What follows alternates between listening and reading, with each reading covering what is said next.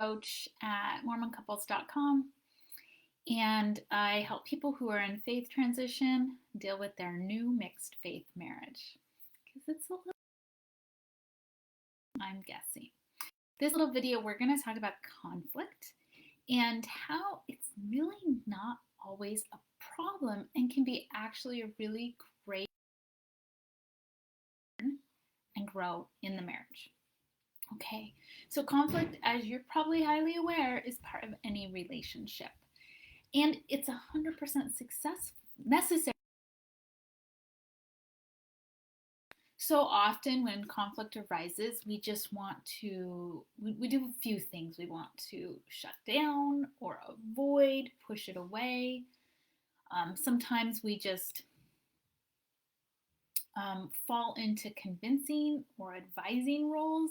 Maybe if you've ever seen the little movie with the lady with the nail in her forehead, it's very popular. We fall into fixing it roles. Basically the idea of wanting to fix what's going on with the other person or with the marriage. And all of these different ways, the avoiding, the shutting down, the convincing, the advising, the fixing, none of these are actually learning from conflict, growing from conflict. They're all under the assumption that conflict is big. So when we get into that, it really stops us from being able to deal with, talk, and learn from conflict.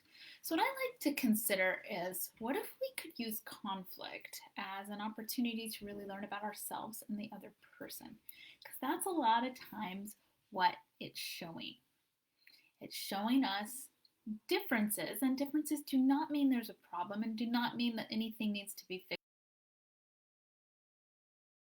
Ourselves and learning about the other person. So I like to ask myself when there's conflict in the relationship, can I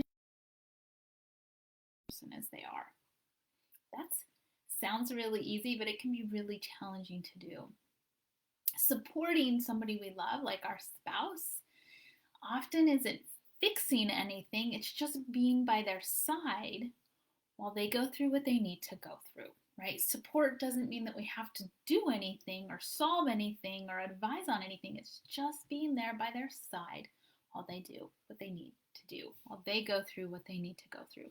I like to lean into emotions like curiosity, interest, when really facing conflict. But fear and judgment, those often layer on top of the conflict more.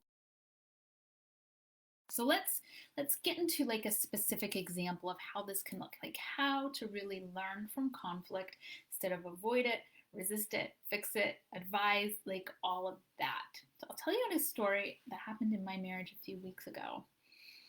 Having a conversation with my husband about my faith transition, and it's been a while now, years.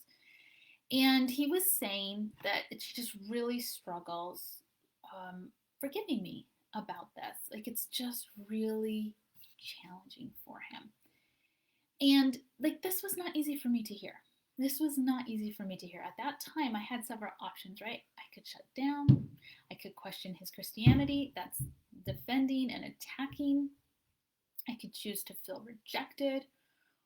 Or I could just hold the space for him to be hurt and hold the space for him to be honest with me.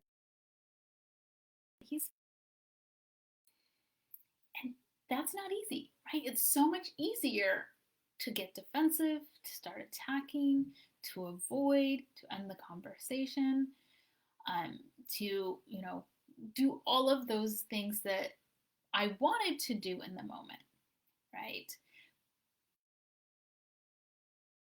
Learn and grow and build our relationship. Be divisive. I want to also help pull us together. So like I said, my husband was telling me this. We had a conflict in our relationship. What I chose to do, and don't think I did this every time, but I did this one time. What I chose to do is hold the space and let him be sad and hurt and frustrated and angry, right? To let him just feel what he was feeling and say what he was saying.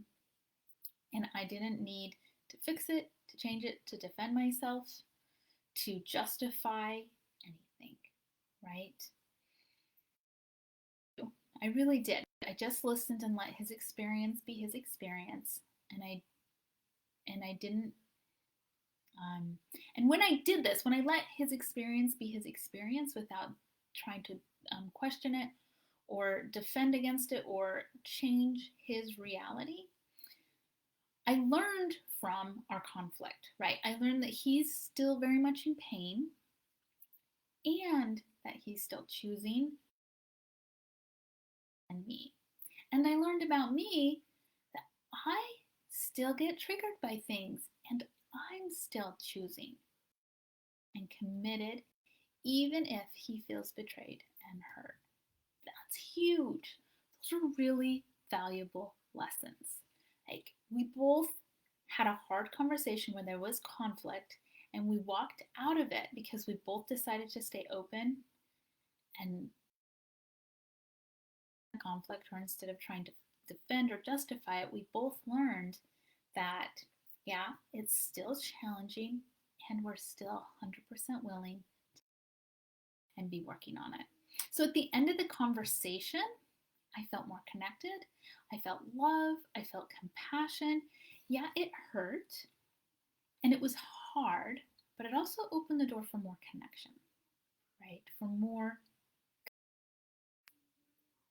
So think about that. Next time you want to run away, push, hide, avoid conflict in your relationship, I want you to consider that maybe it's an opportunity to connect, to learn, to grow together, to be honest with each other, to be vulnerable with each other, because that's exactly what it is.